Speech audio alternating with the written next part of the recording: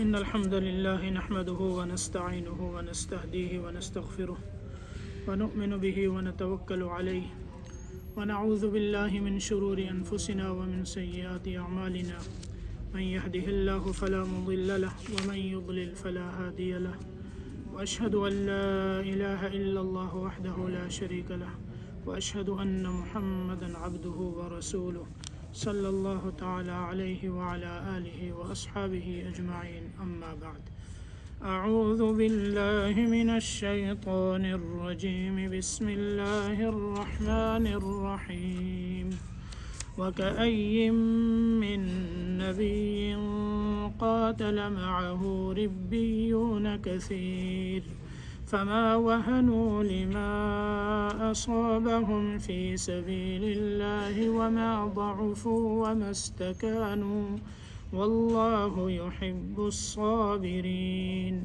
وما كان قولهم إلا أن قالوا ربنا اغفر لنا ذنوبنا وإسرافنا في أمرنا وثبت أقدامنا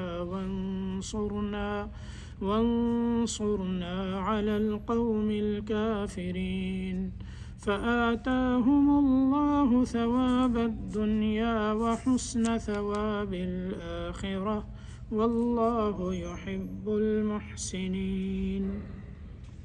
چوتھا سپارہ سورۃ آل عمران کی 146 نمبر آیت ہے۔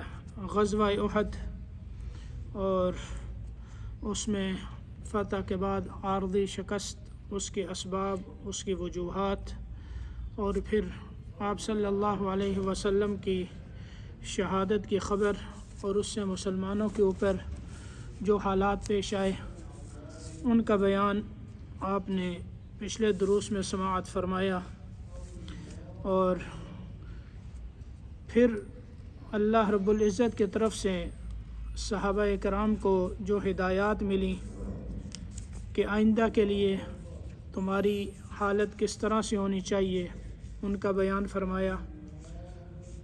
پچھلے درس میں آپ نے یہ ساری چیزیں سماعت فرمائیں۔ یہاں سے اللہ رب العزت یہ ارشاد فرماتے ہیں کہ اللہ کے نبی پہلے بھی بہت سے گزرے ہیں اور بہت سے اللہ والوں نے ان کے ساتھ مل کر قتال کیا۔ ان کے جذبے میں نہ تو کمی آئی، نہ تو وہ کم ہمت ہوئے، نہ ہی انہوں نے کوئی کمزوری دکھائی، اور نہ ہی وہ دشمن کے سامنے دبے، ان کے اندر کوئی عاجزی آئی کہ وہ دشمن کے سامنے مطیع اور فرما بردار ہو جائیں۔ اللہ رب العزت یہ جو 3 آیتیں ہیں اس میں اسی کا بیان فرماتے ہیں۔ وَكَأَيٍّ مِّن نَبِيٍّ قَاتَلَ مَعَهُ رِبِّيُّونَ كَثِيرٌ، کیونکہ پیچھے صحابہ اکرام کی جو حالت ہوئی تھی وہ آپ نے سنی کہ ان کی ہمت بھی پست ہو گئی تھی کہ جب انہوں نے ایک پہاڑی کو چھوڑا اور اس کی وجہ سے ان کی فتح شکست میں تبدیل ہوئی، اور پھر ادھر سے نبی پاک صلی اللہ علیہ وسلم کے قتل کی خبر آئی جس کی وجہ سے ہوش و حواس بھی وہ کھو بیٹھے۔ ظاہر ہے یہ ایک اتنا بڑا حادثہ ہے کہ یعنی اس حادثے کی جو خبر ہے اتنی بڑی ہے کہ جس کو اپنے نبی صلی اللہ علیہ وسلم سے عشق اور محبت انتہا درجے کا ہو تو ان کے حالات اسی طرح کے ہوتے ہیں۔ اور صحابہ اکرام تو یہ وہ جماعت ہے کہ جس کو اللہ تعالیٰ نے اپنے نبی صلی اللہ علیہ وسلم کی صحبت کے لیے اختیار کیا۔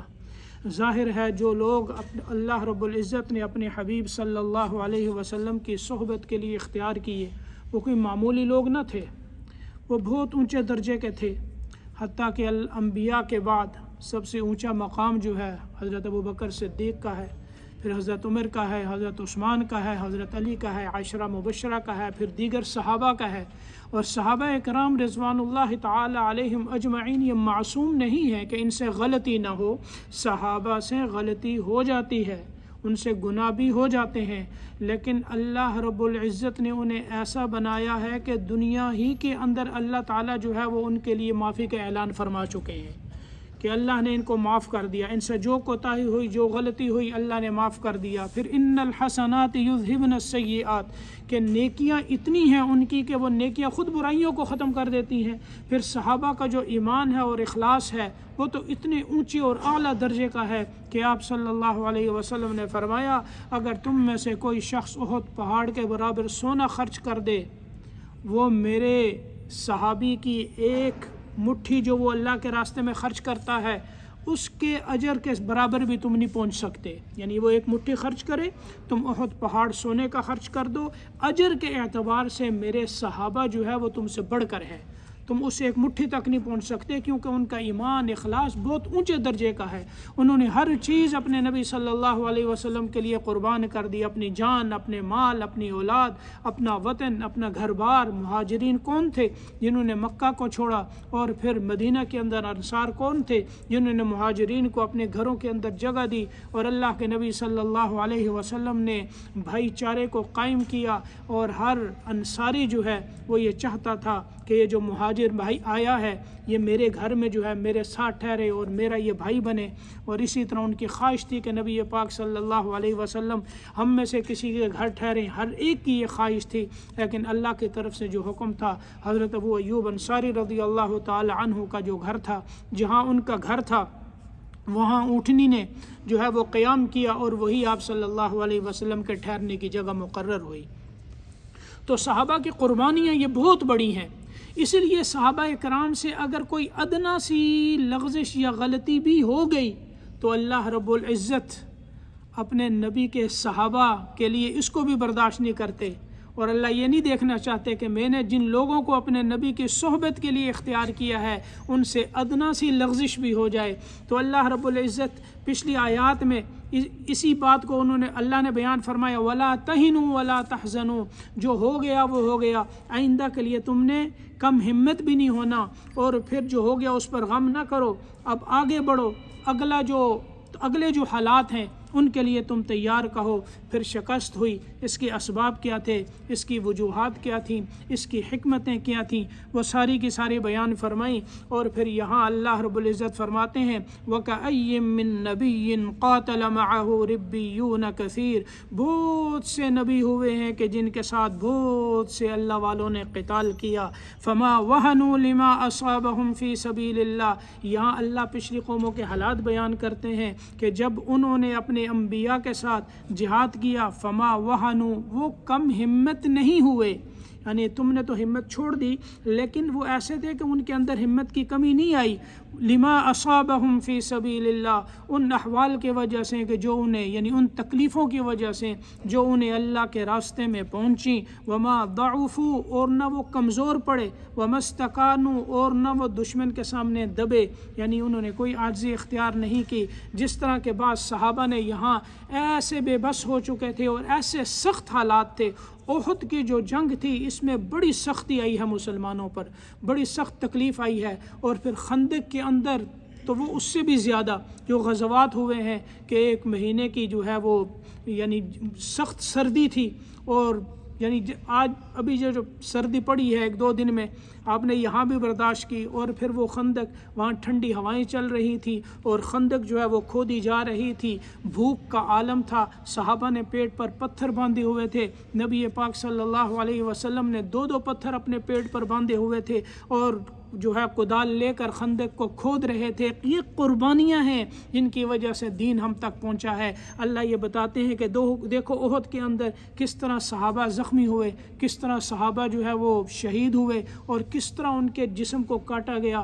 حضرت حمزہ رضی اللہ تعالی عنہ یہ کوئی معمولی شخصیت تھے، آپ صلی اللہ علیہ وسلم کے رضاعی بھائی، آپ کے چچا، سب سے پیارے چچا تھے، اور احد کے اندر جو ہے یہ شہید ہوئے، اور نبی پاک صلی اللہ علیہ وسلم کے تقریباً ہم عمر تھے، اور پھر ان کی لاش کے مثلا کیا گیا، اعضاء کو کاٹا گیا، اور ہند نے اس کا ہار بنا کر پرو کر اس کو گلے میں ڈالا، اور کلیجہ جو ہے حضرت حمزہ کا اس نے چبایا تھا۔ یہ حالات آئے، یعنی ان قربانیوں کے بعد یہ دین اسلام اور یہ کلمہ ہم تک پہنچا ہے۔ تو یہ حالات ہمیں یہ بتاتے ہیں اس دین کی قدر کرو، یہ ویسے نہیں آیا، اور پھر یہ جو دین اتنی قربانیوں کے ساتھ آیا ہے اس دین کی تم نے حفاظت کرنی ہے۔ تو یہاں اللہ تعالیٰ یہ فرماتے ہیں ہیں فما وہنوا لما اصابہم فی سبیل اللہ، وہ کم ہمت نہیں ہوئے ان تکالیف کی وجہ سے جو انہیں اللہ کے راستے میں پہنچیں، وما ضعفوا اور نہ وہ کمزور ہوئے، وما استکانوا اور نہ وہ دشمن کے سامنے دبے، واللہ یحب الصابرین، اللہ ایسے صبر کرنے والوں کو پسند فرماتے ہیں۔ یعنی ایسے باہمت لوگ جب آگے ہیں تو انہیں اللہ پسند فرماتے ہیں۔ اللہ نے بتایا کہ یہ لوگ میرے محبوب ہیں۔ وما کان قولہم الا ان قالوا ربنا اغفر لنا ذنوبنا، اور ان کی زبان سے اس کے سوا کچھ نہیں نکلا کہ انہوں نے کہا اے ہمارے رب ہمیں ہمارے گناہوں کو بخش دے، اے ہمارے رب ہمارے گناہوں کو بخش دے، واسرافنا فی امرنا، اور جہاد کے اس کام میں ہم سے جو زیادتی ہوئی ہے اس کو بھی معاف فرما دے، وثبت اقدامنا، اور ہمیں ثابت قدم رکھ، وانصرنا علی القوم الکافرین، اور کافر لوگوں کے خلاف ہمیں غلبہ عطا فرما، ہماری مدد فرما۔ فآتاہم اللہ ثواب الدنیا وحسن ثواب الآخرہ، اللہ نے انہیں دنیا کا بھی بدلہ دیا اور آخرت کا بہترین بدلہ اللہ نے دیا۔ واللہ یحب المحسنین، اللہ نیکی کرنے والوں کو پسند فرماتے ہیں۔ اب قرآن جو ہے کہیں کہتا ہے اللہ اس کو پسند نہیں کرتے، ان اللہ لا یحب الظالمین، لا یحب المفسدین، لا یحب الکافرین، اور یہاں فرمایا یحب الصابرین، یحب المحسنین، اللہ جو ہے ان کو پسند فرماتے ہیں۔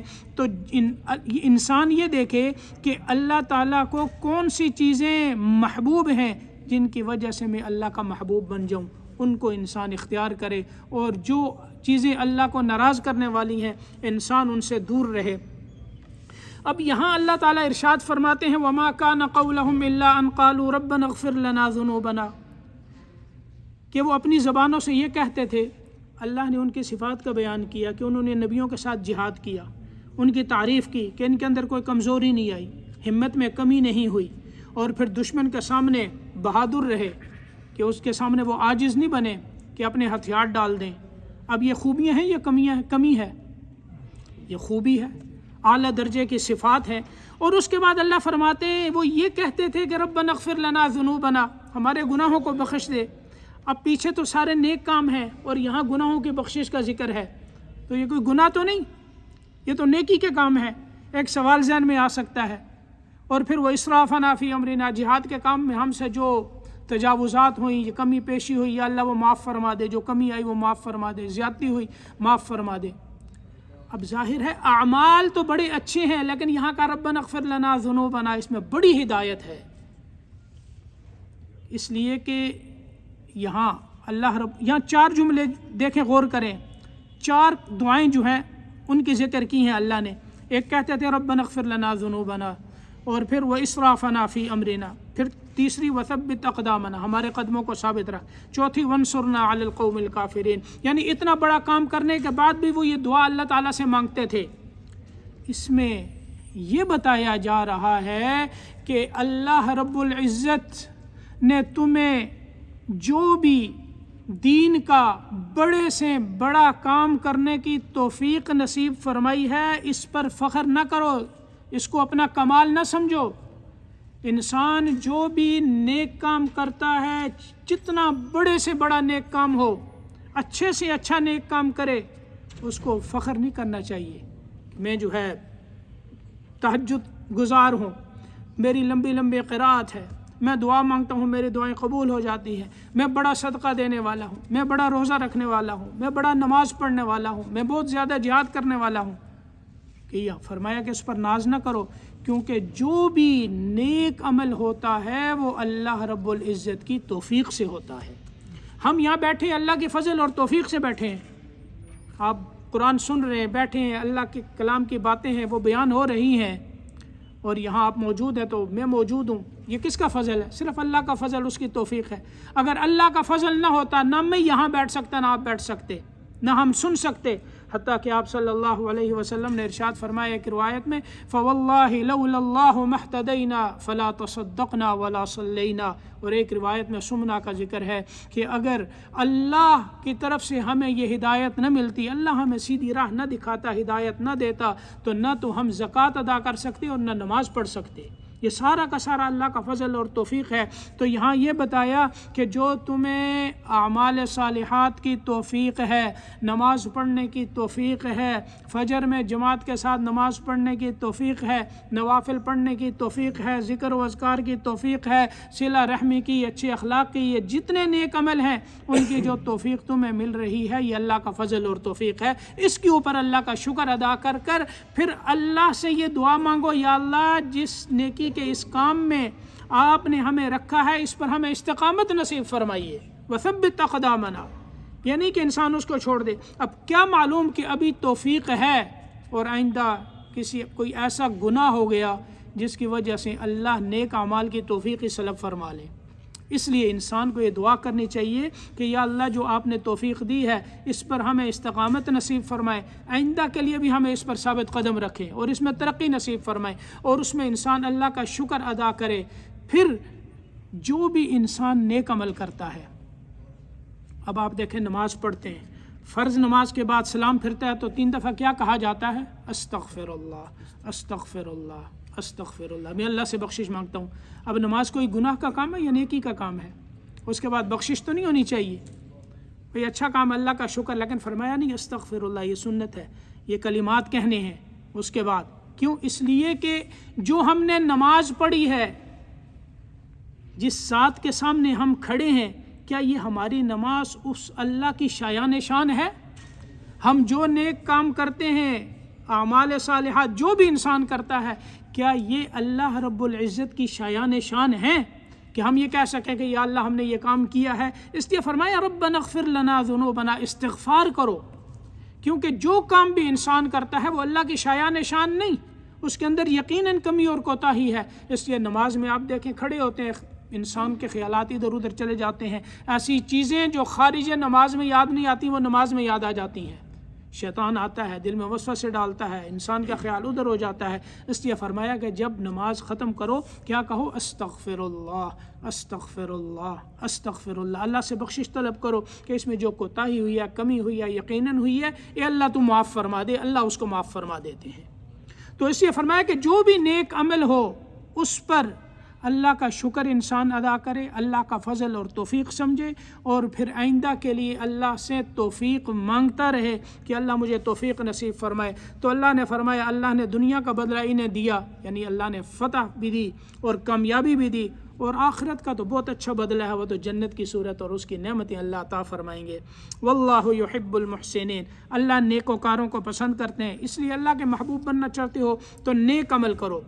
یا ایھا الذین آمنوا ان تطیعوا الذین کفروا یردوکم علی اعقابکم فتنقلبوا خاسرین، اے ایمان والو اگر تم کافروں کا کہنا مانو گے تو وہ تم کو الٹا پھیر دیں گے، یعنی تمہیں دوبارہ الٹا کفر کی طرف وہ لٹا دیں گے، پھیر دیں گے۔ فتنقلبوا خاسرین، پھر تم مکمل جو ہے وہ ناکام ہو جاؤ گے۔ اب اسی غزوہ احد کے اندر منافقین کو یہ موقع ملا جب نبی پاک صلی اللہ علیہ وسلم کی شہادت کی خبر مشہور ہوئی، منافقین کو یہ موقع ملا۔ اب منافق ہر صورت میں یہ چاہتے تھے کہ مسلمانوں کو کسی نہ کسی طرح ان کے دین سے ہٹائیں، اسلام کو نقصان پہنچانا یہ منافقین کا کام تھا۔ اب ظاہر ہے جتنا نقصان اسلام کو منافقین نے پہنچایا ہے اتنا کافروں نے نہیں پہنچایا۔ منافق وہ تو صحابہ کے درمیان اپنے آپ کو کیا سمجھتے تھے؟ ہم مسلمان ہیں۔ وَإِذَا لَقُوا الَّذِينَ آمَنُوا قَالُوا آمَنَّا، ایمان والوں سے ملتے کہتے ہیں ہم ایمان والے ہیں، جیسے آپ نے پیچھے پڑھا اسی صورت کے اندر۔ وَإِذَا خَلَوْا عَضُّوا عَلَيْكُمُ الْأَنَامِلَ مِنَ الْغَيْظِ، جب وہ تم سے الگ ہوتے ہیں تو غصہ تمہارے اوپر ان کو اتنا سخت ہوتا ہے، دل کے اندر اتنی نفرت ہوتی ہے کہ اس غصے کی وجہ سے وہ اپنی انگلیاں کاٹتے ہیں۔ کسی کے اوپر سخت غصہ ہو نا، ایسے اپنی انگلیاں کاٹتا ہے، تو کہا کہ ان کی یہ حالت ہے، جب الگ ہوتے ہیں تو اس طرح انگلیاں کاٹتے ہیں، نفرت ان کی اتنی ہے۔ تو وہ کب چاہتے تھے کہ اسلام کو یا مسلمانوں کو فائدہ ہو۔ اب جب یہ خبر مشہور ہوئی کہ نبی پاک صلی اللہ علیہ وسلم شہید ہو گئے تو ان کو موقع ملا، انہوں نے آ کر صحابہ اکرام کو کہا منافقین کے کہ آپ تو رہے نہیں، یعنی آپ صلی اللہ علیہ وسلم ان کا تو انتقال ہو گیا، وہ تو قتل ہو گئے، وفات ہو گئی، شہید ہو گئے، اب وہ تو باقی نہیں رہے، تو پھر اس دین میں رہنے کا کیا فائدہ ہے؟ واپس اپنے دین میں آ جاؤ، جب اس دین میں آ جاؤ گے تو اختلاف سارے ختم ہو جائیں گے، تو آپس میں نہ لڑائی ہے نہ جھگڑا ہے، کچھ بھی نہیں۔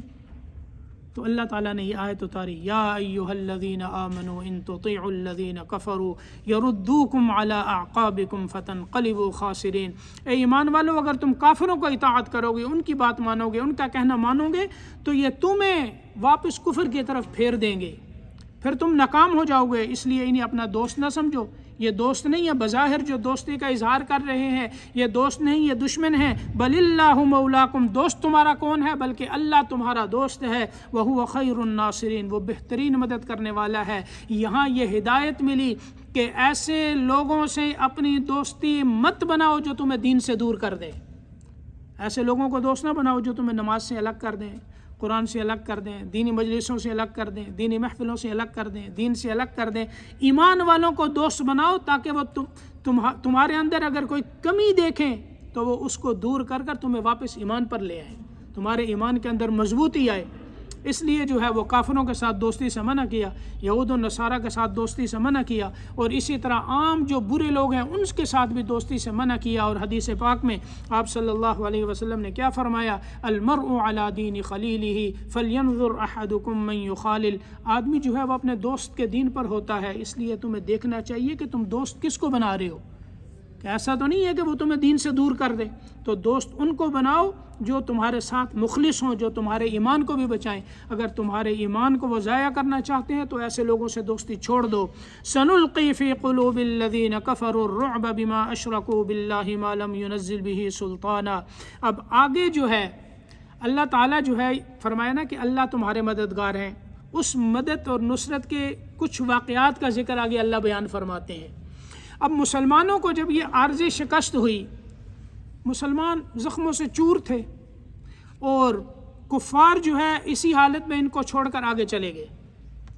جب وہ دور پہنچے تو ان کو خیال آیا کہ ہم نے تو بڑی بیوقوفی کی ہے، مسلمان اس حالت میں تھے کہ ہم ان کو ختم کر سکتے تھے، زخموں سے چور ہیں اور ہم غالب بھی آ چکے تھے، تو مسلمانوں کو ہم ختم کر سکتے تھے، لیکن ہم انہیں ویسے ہی چھوڑ کے واپس آ گئے ہیں، یہ ہم نے کیا کیا ہے؟ ان کے ذہن میں یہ خیال آیا، بلکہ انہوں نے واپسی کا ارادہ بھی کیا۔ ابو سفیان نے، اس وقت مسلمان تو نہیں تھے، کافروں کے ساتھ تھے، واپسی کا ارادہ کیا کہ ہم مسلمانوں پر جو ہے دوبارہ جا کر حملہ کریں، تو اللہ تعالیٰ نے ان کے دل میں رعب ڈال دیا۔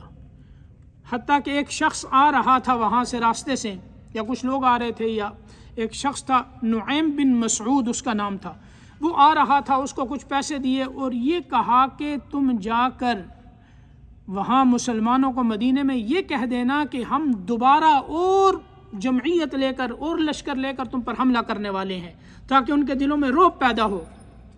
اور ادھر سے حضرت جبریل امین آگے وحی لے کر انہوں نے یہ سارے واقعے کی اطلاع آپ صلی اللہ علیہ وسلم کو دی۔